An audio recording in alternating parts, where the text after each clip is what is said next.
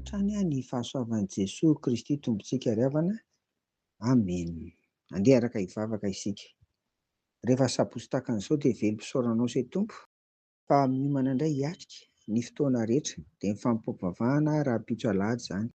Hiaona aminao any am-piangonana izahay, koa hitany tompo ianao hatanteraka izany raha sitraka ao, fa dia fifaliana manay ny mifagnome fotoana aminao ry Andriamanitra ray sy zanaka ary fanahy masina any an-tranonao dia any am-piangonana. Amin'ny anaran'i Jesosy nanaovanay izany vavaka izany. Amen.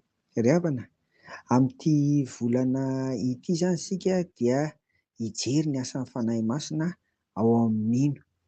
Izany hoe raha atao amin'ny teny mahitsy dia inona no latsika ny fanahy masina. Koa ny tenin'Andriamanitra izay hozaraina amintsika an'io dia ny asan'ny apôstôly toko 1:19. Vakiana amin'ny anaran'i Jesosy. Fa azo ery ianareo amin'ny latsahan'ny fanahy masina aminareo, ary ho vavim-beloko any Jerosalema, seran'ny Jodia sy Samaria ary hatramin'ny farany tany. Amen. Asan'ny apôstôly toko 1:9.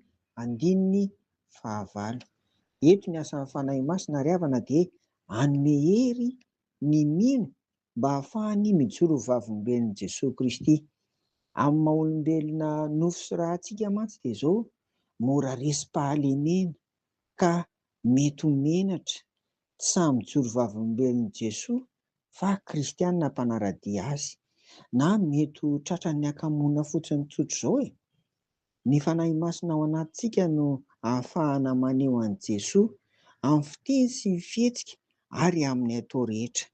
Izany dia manerana ny toerana rehetra ihany koa, dia Jerosalema, Jodia, Samaria ary hatrany amin'ny farany tany.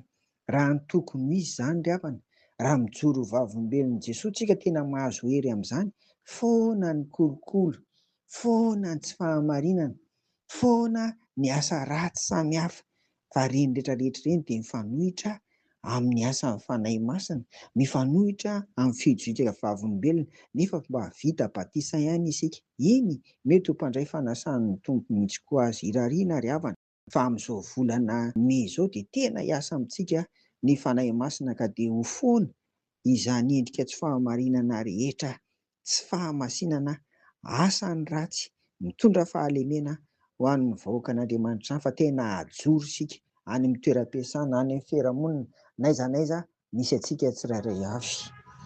Dia ho an'Andriamanitra irery ry havako ny voninahitra ny amin'izany.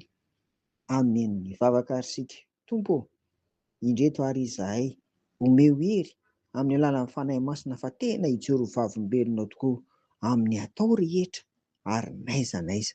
Amin'ny anaran'i Jesosy. Amen.